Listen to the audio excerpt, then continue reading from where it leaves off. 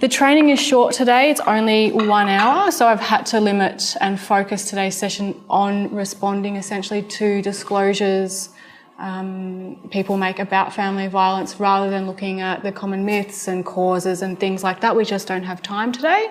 We'll also look at how to do safety planning and about referrals and secondary consultation. So basically, in terms of prevalence and why it's important for us to start asking these questions about family violence is that it is, whilst underreported, there are high rates of reports made to Vic Police, and there's also amongst those reports, more reports on top of that that are made directly to services, including GPs, health professionals, social workers and other areas that go above and beyond the 60,000 from 2012 to 13. Intimate partner violence is the top risk factor for death, disability and illness in Victorian women aged 15 to 44. I know that that stat has been told over and over again, but it's pretty astounding that intimate partner violence is, you know, one of the leading causes of death, disability and illness, more so than other risk factors such as high blood pressure and obesity and smoking.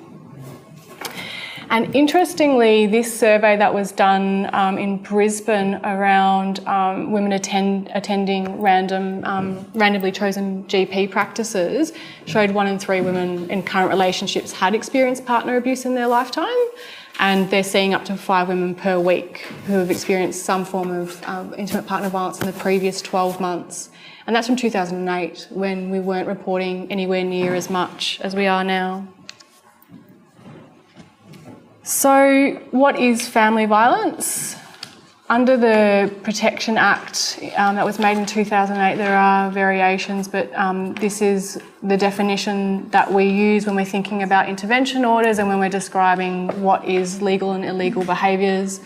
The Protection Act says that family violence is behaviour by a person towards a family member, and a family member could be partner. It does, I think, include children.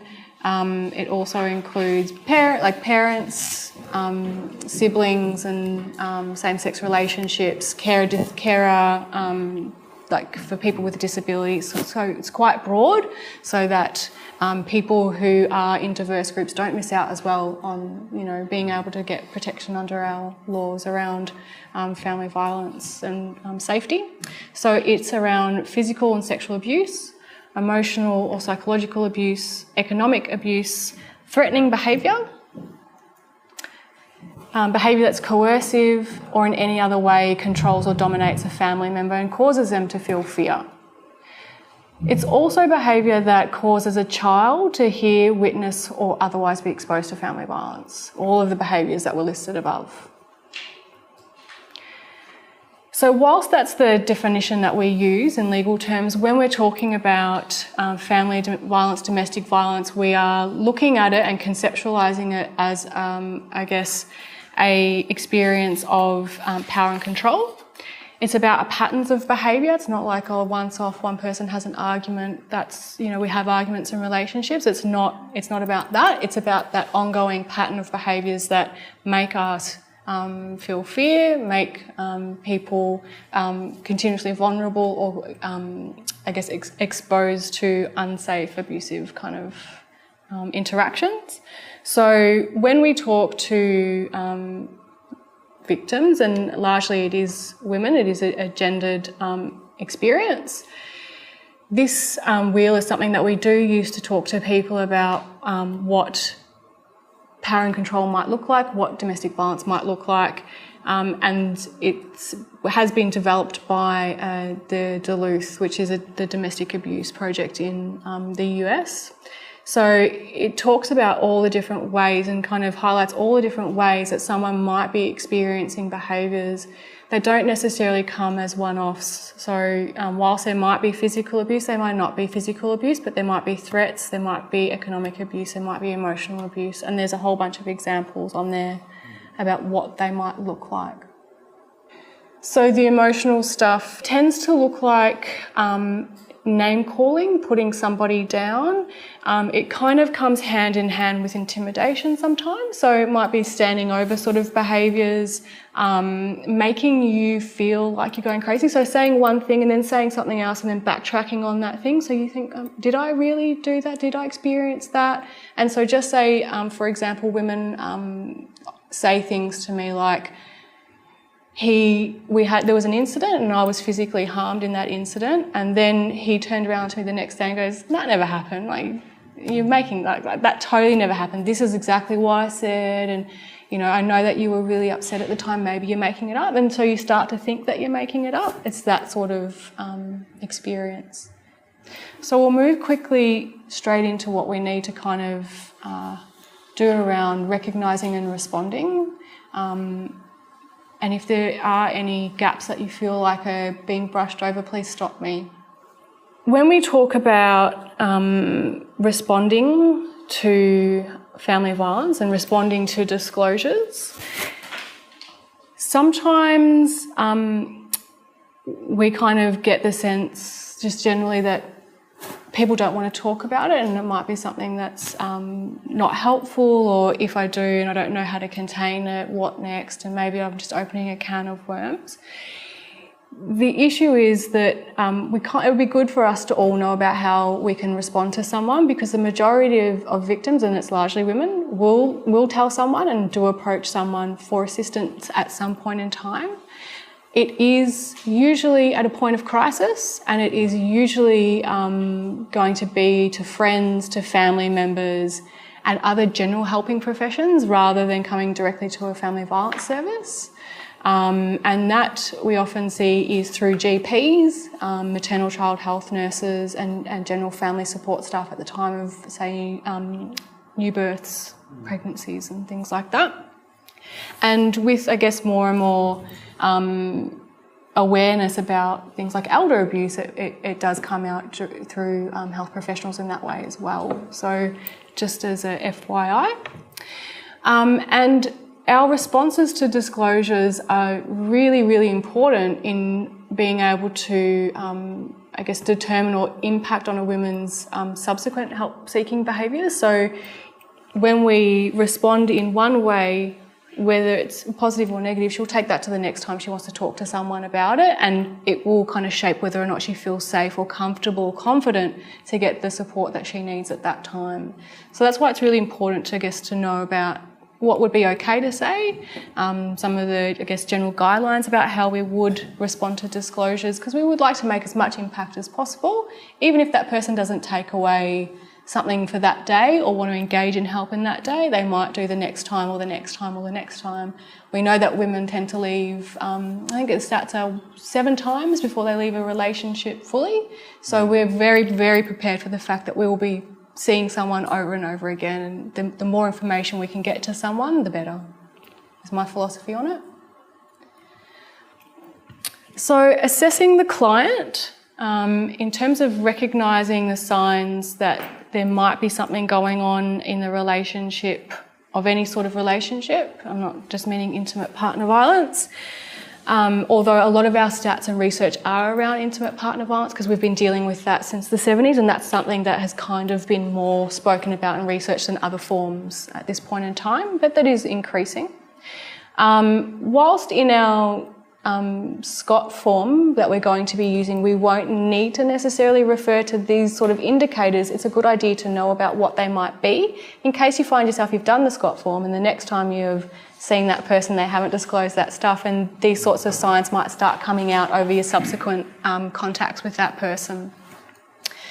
So signs of physical injuries, they're rarely the thing that people will present with. They usually present with other stuff around the kind of emotional impacts, but I guess injuries, bruises, minor minor cuts and grazes, and patterns of repeated injuries as well.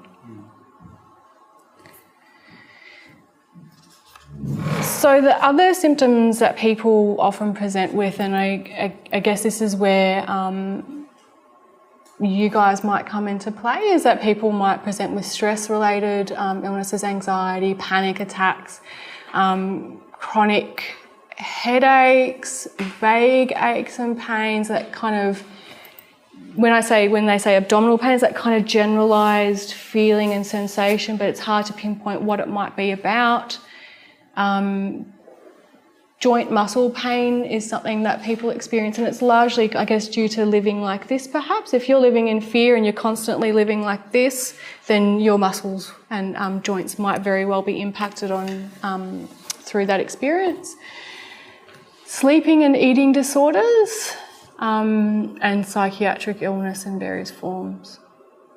Some of the other indicators that we generally kind of pick up on through our ongoing contact with people is when you're talking to someone, they're kind of appearing to be nervous in having a conversation with you, like if they're about to disclose too much information and not sure about disclosing too much information, even though it's got nothing to do with the relationship. They might present to appointments with another person all the time. I know in hospitals oftentimes women present and their male partner will present with them during pregnancy and doesn't want to leave the room. They do have policies around removing that person so we can have a chat and do some exploration. That happens now, which is fantastic.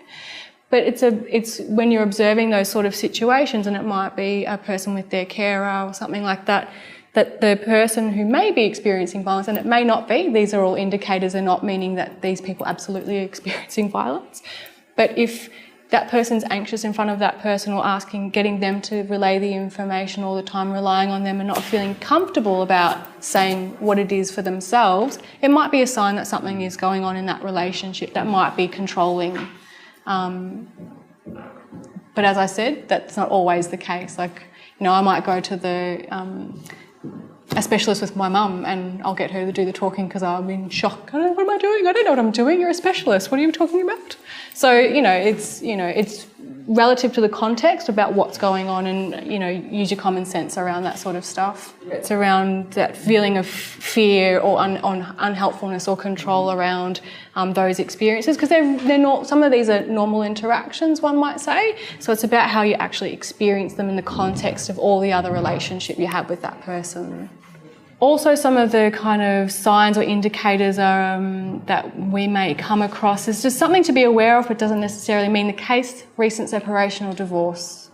Not everyone who separates is because of family violence. That's not the case at all, but it is a risk factor associated with people and their safety, essentially, as well. With the last point about appears to be socially isolated with few social supports, some people do experience the person who's using violence or perpetrating violence to be withholding their availability to access support, so they're not allowed to see family or friends, but they also may feel guilty for doing that. It's not like there's a rule that says you can't do that, but they might feel guilty for having relationships with other people, or may also feel like someone will be able to know somehow or pick up on there's something not right about this certain relationship, so they withdraw themselves from their social situation. So it's just something to be aware of. But then again, people experience social isolation for many reasons. So this is just a list of indicators in children, and I don't know if many of you have any contact with children, but this is just something to be aware of in relation to children's behaviours and presentations. Did you need me to go through that at all? I don't think many people will have children. No? Awesome. So given that they're our general indicators, what we're looking at doing with the Scott form, and I'm not going to go into the whole Scott form in detail because that's for another space, but as you'll see, and it's in your package, the tool has a question which is kind of directly aimed at eliciting, or being able to support someone around family violence. The beauty of having a tool like this is it kind of makes our practice of asking people about their experience more routine. So we're kind of putting it out there to people that we're going to ask these questions, we're okay to listen to the answers to those questions, and we'll get you the right support should you choose to, disclose to us what's going on for you. and want that support as well. So it's a really helpful way for staff to be able to practice this sort of thing, because I guess the language is also taken out of our hands about how do we broach the subject. You know, it's kind of out there for us. So that's, I guess, the beauty of doing it this way.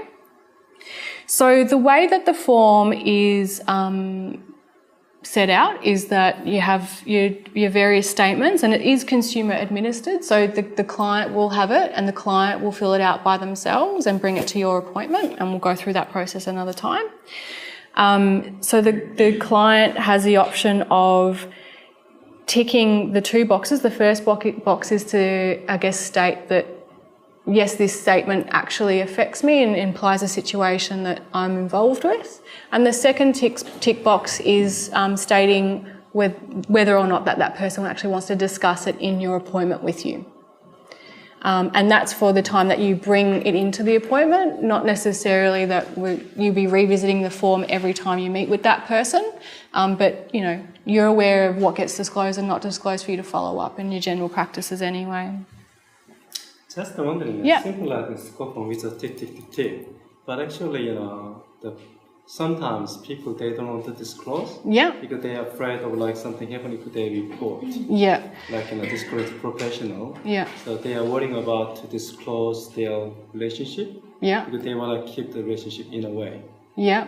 So do you mean that people won't necessarily disclose because it might mean that their service will be withheld in different ways, or that you might report to authorities? They are afraid of like a professional, like a report to police. Sure. Something like this. Yeah. And that's the risk we have all the time anyway. So whether they tick these boxes or not, they have a choice about whether they want to tick these or not. When we do our common assessment, we'll be asking questions, or anytime we're doing assessments with anyone, we'll be asking questions and assessing, and we might very well need to report to the police or the CAT team or child protection in any of our practices.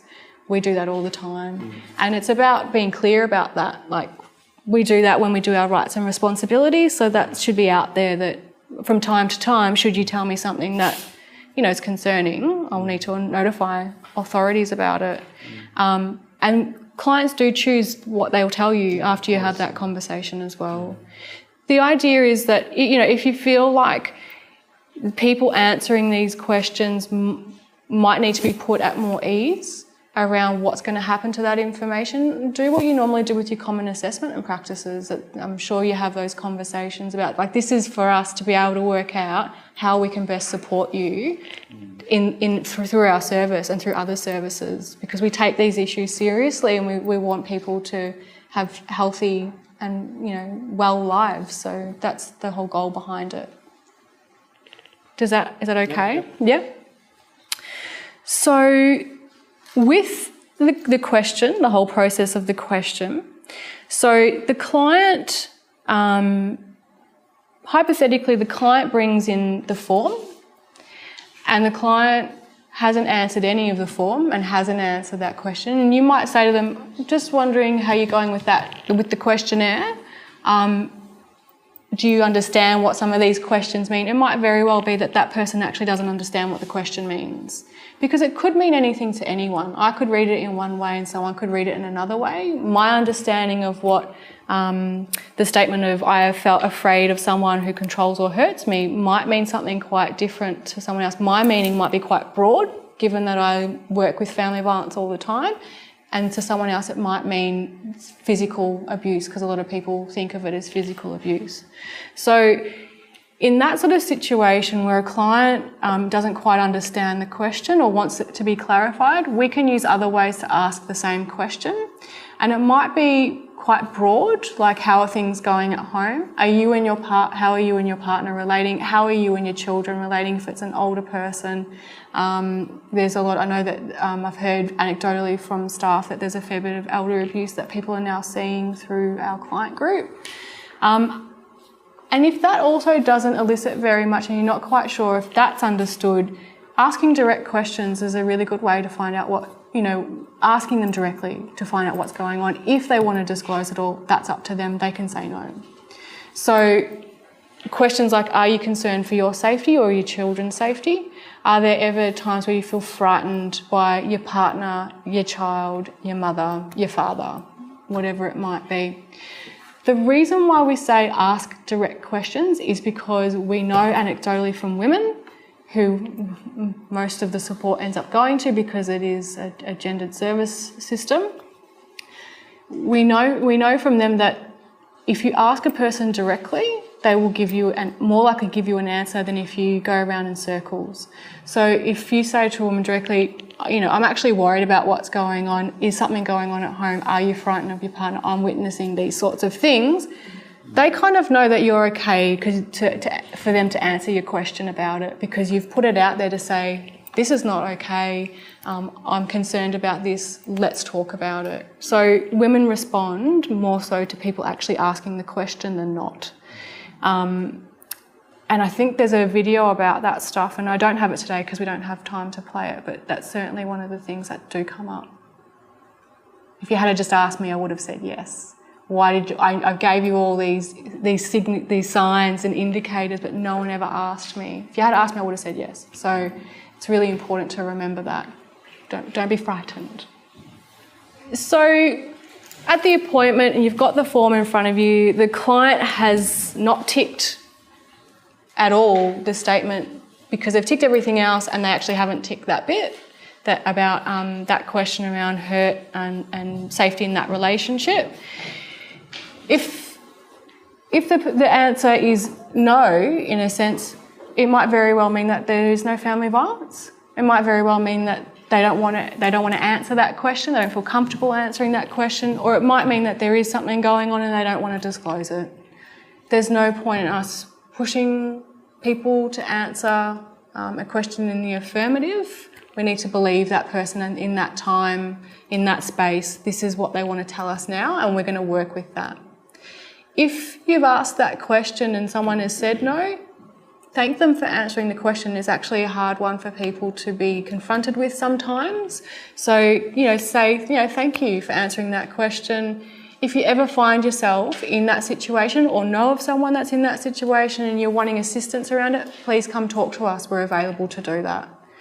So regardless of the fact of whether she or he is experiencing it at that time or not, they are aware that, you're okay to have that conversation at another time should they need to. If the client ticks yes to this statement applying to them, but does not tick that they want to discuss it, that's okay as well. But I would suggest acknowledging the fact that you see that written down on the form. For me, best practice wouldn't be to go, okay, they don't want to discuss it, I'm just going to leave that. It's the same goes for all of the other boxes on that sheet. If someone says it's an issue and doesn't tick that they want it to be discussed, acknowledge that. I see that you've ticked these things, and if you don't want to talk about them now, that's absolutely fine. But if you want to talk to me about it any other time, please feel free to. I know about some of this stuff. I can support you to get the right support should you need to access support in the future or talk about safety or anything like that. Okay? Does that feel all right? And then, yay, the client ticks the statement and the client says, yeah, I want to talk about it. What do we do then? I see that you've ticked this statement. This is what the statement says. Repeat it back to them so they know they can hear you say the words rather than you go, I see that you ticked this one here. Say the words back to them because it means that you're okay to say the words and then perhaps hear the words. So if you say to them, this is what I see you've ticked. Can you tell me more about what's going on for you? What's happening at home? What's happening in your relationships? And explore that with them.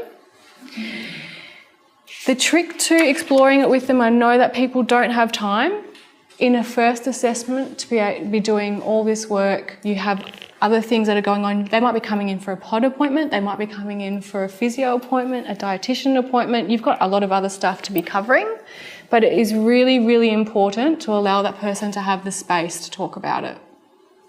Even if it is that you can do it for a short amount of time, you can say, look, I really want to talk about this. Can we talk about it? If we run out of time talking about, because I know we've got, treatment to be doing, etc., we can make another time to be able to talk about that, or quickly catch up and get you in the right sort of place to get the right support around it. Yeah?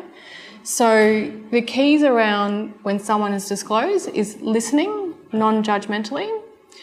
And communicating belief. So, you know, it takes a lot of courage for someone to disclose. So acknowledge that, you know, that's a real challenge for people, because they don't tend to disclose because they don't feel like they're going to be believed if they disclose. So either people will think that, this is what I hear a lot, people will think that I'm making it up. People will think that this would never happen to me because I'm this type of person, or people won't think as big as a problem as what I feel it to be. So it's really important to communicate belief. That's a thing that is something that we learnt 101 in DV practice when going into the field. You know, show them that you believe them. It goes a really, really long way for them to then continue to disclose to people and seek help. How many times I've heard someone go, oh, when I went to the doctor and like I just felt really judged and I don't think he really believed what I was saying. And you just think, wow, that's a real shame because it's now been 5 years since you did that, and, you know, a whole bunch of time has passed. Even if they choose not to do anything at the time with you, you know, around shifting situations, communicating that means that they might be likely to talk about it more openly again in future. And also something that's really important is to emphasise the unacceptability of the violence. So often when people disclose things, and I find this I work with people directly around family violence, so you'd think that people would think, oh, I can tell you these things. But how many times people go, oh, but I should have done that and I could have done that, and if only I didn't do these things, he wouldn't have done that. What I always say to them is that, you know, that's all great, we have control about our own behaviours, but you're not the one who's, you know, physically picked up that thing and hit you with it, or you're not the one who called yourself those names, and, you know, it's not your fault. Like, there's nothing that you've done that would mean that you would deserve that sort of behaviour. No one deserves that behaviour. It's your human right to not live with that. So I would be communicating that with someone. And I guess the key thing to be kind of putting across in all of that is to say that whatever you decide to do, whether you want to seek help at this time or not, whether, you know, you want to report this to someone or not, whether you want to stay in the relationship or not, we're here to support you. Whatever it is that you decide to do, we're open to supporting you and what that might look like for you. So some of the helpful responses we've kind of gone through in the previous section. Unhelpful responses. And this is also, I believe, on your little cheat sheet that I've put together, which has the do's and don'ts of responses. So unhelpful responses, opposite to what we said the helpful ones are: not believing the person, minimising or downplaying the situation.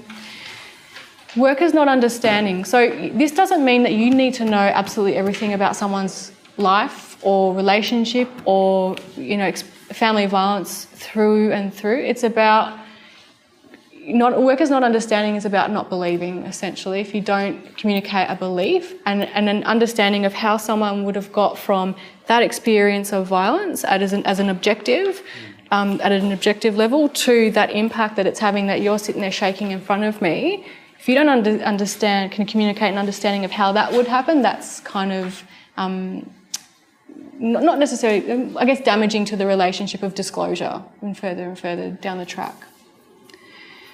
Not meeting a person's immediate concerns.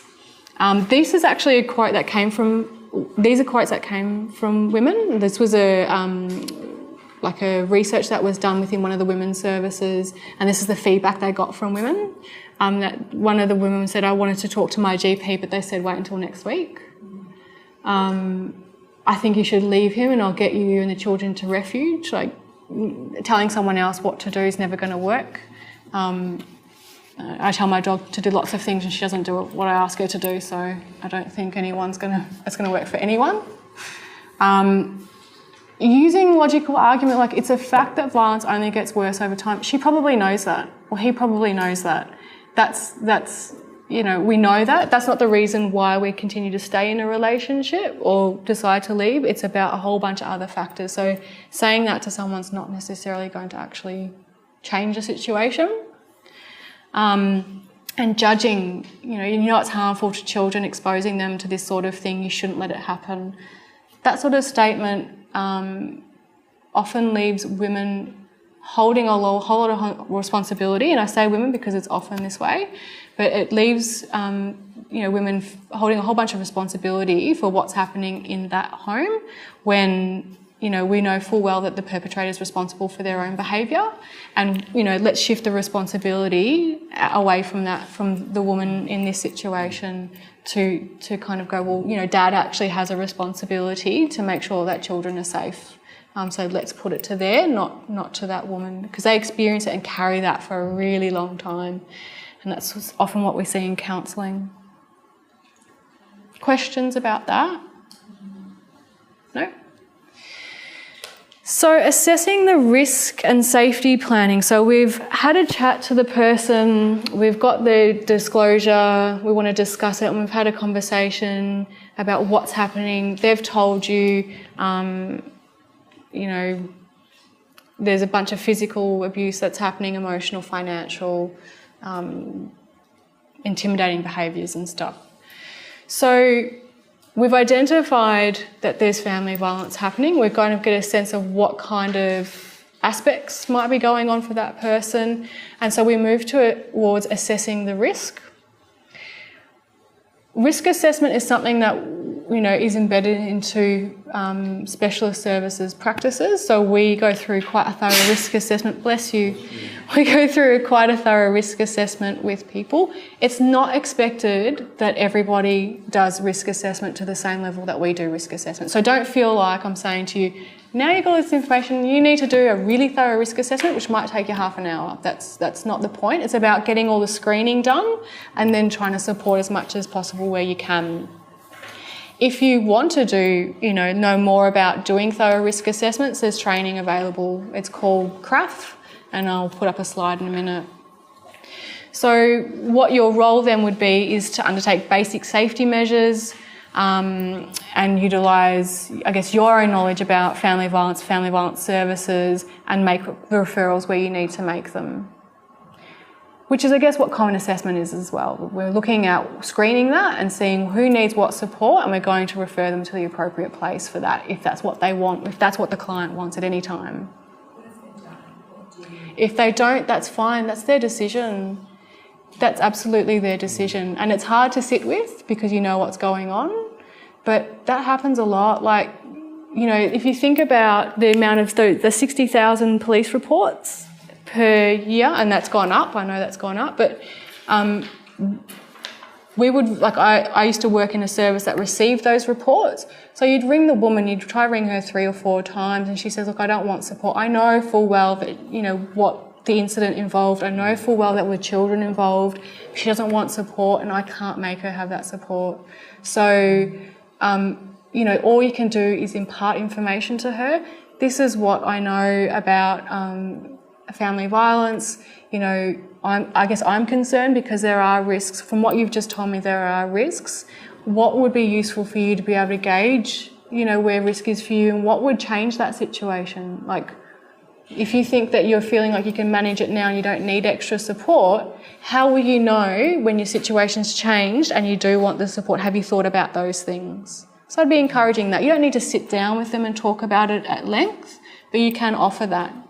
And you can say, look, if you don't want to talk to me about it, there are lines that you can call. That person can call WIRE, that person can call 1-800-RESPECT, and they can have those conversations about where is their line on that. And it can be anonymous, so you can kind of remove it that way. But you can give them those numbers and those options. And they might then decide, in 6 months, I remember that time that Tracy said this stuff, and maybe I could contact them now. That's enough for me. Yeah. So when we're looking at assessing risk and safety planning, there are 3 elements that we use in determining levels of risk. I'm telling you this so that you know what we go through when we're doing a risk assessment. So what we do is we'll look at the victim's own assessment of their level of risk, and that's because people have an intimate understanding of their perpetrator. And I know that the language is really blunt, but that's pretty much the case. And when I say intimate knowledge of their perpetrator, I mean their patterns of behaviour, what might increase their risk at various times. So some people's experience tends to get more and more risky if that person has been drinking more and more. Doesn't mean that it causes violence, it means that it can contribute to higher kind of, more injury and things like that as a result. But also things like, just say he or she has gone through a certain period of lull, and then I know after 6 weeks all the kind of stuff tends to build up from him, and I know that this is now a period where I'm probably going to be at risk. So they kind of know those sorts of things, and they tend to know when things are escalating and not. There's also evidence-based indicators, and the evidence-based indicators are from research about, fatality and serious harm. And the next slide, this slide here shows you what they are. So the ones with the asterisks on them, they're the ones that are indicators for higher risk outcomes, so risk of fatality and risk of serious harm. And if you look through them, they might be pretty self-explanatory. Like if someone has access to a weapon, it's pretty concerning. If someone has threatened to kill someone before, it's pretty concerning. And those asterisk ones come from research that show that when they've done research around women that have been killed as a result of family violence, they found these factors essentially as part of those. And the third one that we look at is the practitioner's professional judgment. So this means your ability to understand and assess risk. Your understanding about where things might be at for that person. Sometimes people don't necessarily find the connections that we might find from our own practice and history of practice. So if you ever want to know anything more about that, this is the risk assessment training that we go through. It's called Common Risk Assessment Framework. Everyone across the state uses this as a way to measure risk. And it does take into account a victim's experience at the time, because it might be that, that person, we know that perpetrator has tried to choke them or threatened to kill them, but they haven't seen them for 3 years and they're not stalking them. So whilst we know that they're really high risk factors, they might not be high for right this very second. So this fluctuates. It doesn't stay the same all the time. It will change over time, increase, decrease, stay the same. So after we've discussed the current situation, because they've disclosed, and we've identified some of the risk factors present, we then start to look at safety and safety planning. So when we talk about safety planning, we keep in the back of our mind what those risk factors were and what those risk factors continue to be. So basically a safety plan, and I think there should be this on your cheat sheet as well, a safety plan is a step-by-step plan for the victim and their children, if they've got them, their pets, because pets are important to people and oftentimes they feel like they can't leave because they've got pets, and there are places that we can get support through. I think Brianna may have sent some stuff around in the not that far away past. There's services that can look after them. Yeah, there's Pets in Peril, I think, as well in the east, and a range of places, but do have a look because that's really useful.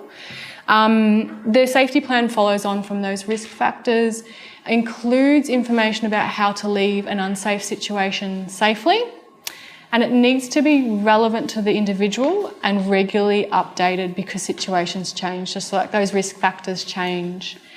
And it's done in collaboration with the person. So we're not going to tell someone, we know a good safety plan is to do this, this and that. It may not mean anything to them. For example, some people choose to change their phone number if they're being harassed. Some people don't. And the reasons why they do or don't actually play a part in their safety planning. So I worked with a woman once who had been separated for 5 years. She refused to change her phone number because she knew that when she got that one call every 6 months, he was on his way. And that was her way of gauging her own safety. If she didn't have that, then she would never know that he was going to be coming and she was at risk. So, everything's relevant. The reasons why people do things are really relevant to how they've kept themselves safe up until this point. So when we're doing our safety plan, the first thing we want to do is ask people about their immediate safety. So what are your concerns regarding your safety at this time? So they've come into the assessment with their form. They've said, I experienced this, I just want to discuss it. I've discussed it with you, these are my risks. You're going to ask them, are you safe to go home? You've told me all this stuff. I'm concerned about that. Is it okay to go home? Do they know that you're here? What's our plan around this? If it's not safe to go home, do you have a safe place to go to?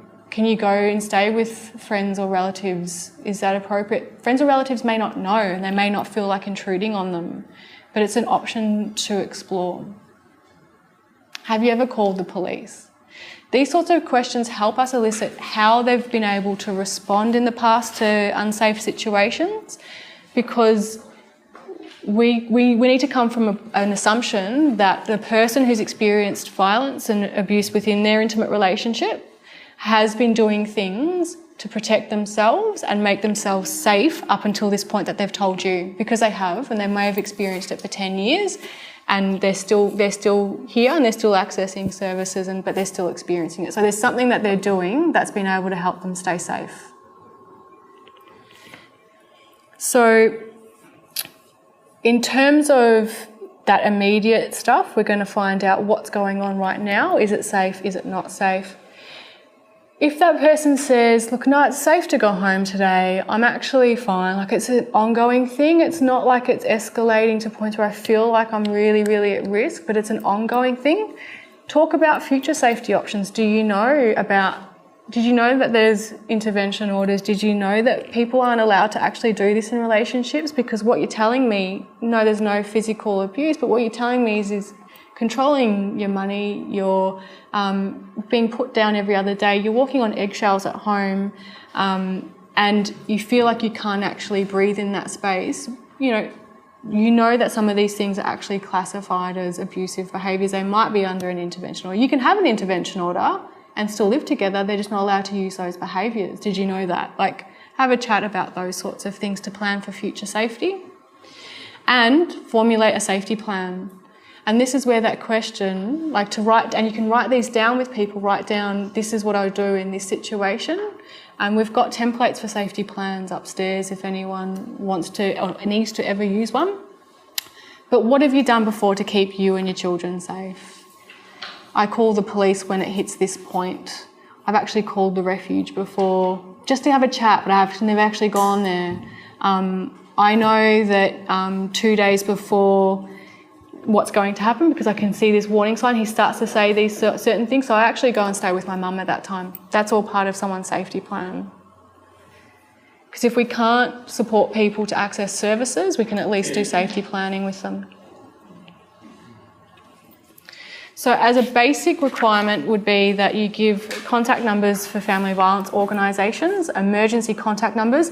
If someone says, yeah, I call the police, encourage them to call 000. Don't call your local police station, because you will, one, not get through, and two, it's not recorded. So if something happens, 000 is the way to go. And I think recently we had someone call a station and they made them call 000 and then go back. So just 000, they're the rules. My rules. Identify a safe place to go if someone's in danger. Identify a friend or family member or neighbour. So some people, whilst they may not feel comfortable to call the police themselves, they might go to their neighbour and say, just so you know, if you ever hear these sorts of things happening, I give you permission to call 000 for me on my behalf, because I actually need help if that's what's going on. So that it's not necessarily that person that's kind of put in a situation where they might be also blamed for having called the police, because that's one of the reasons why people don't call the police, because they feel guilty or they feel fearful. So if they call the police, if you ever call the police, you watch what happens. So that sort of fear makes them not seek help.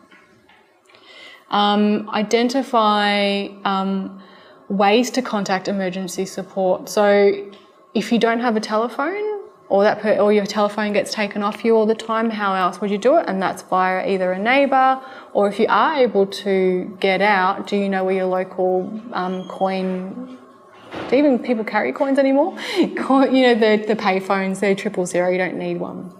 You don't need any cash. But also access to cash and access to documents. So if people do passports and stuff like that, if they need to leave, they need to leave. So that's your basic requirements for safety planning, and then these are the ideas around further safety planning. So if it's really, there's a lot of stuff going on, and in your conversation with someone you will find out little bits and pieces about how that person's experiencing the family violence, and if some of these measures are largely in relation to separations, where, to say it's an intimate partner, and they've separated the relationship, but that the victim continues to experience behaviours from their ex-partner or perpetrator of sorts. These are some of the examples that you can use and find what's relevant for that person. And it might not be anything on the list and something completely obscure that we would never have thought about.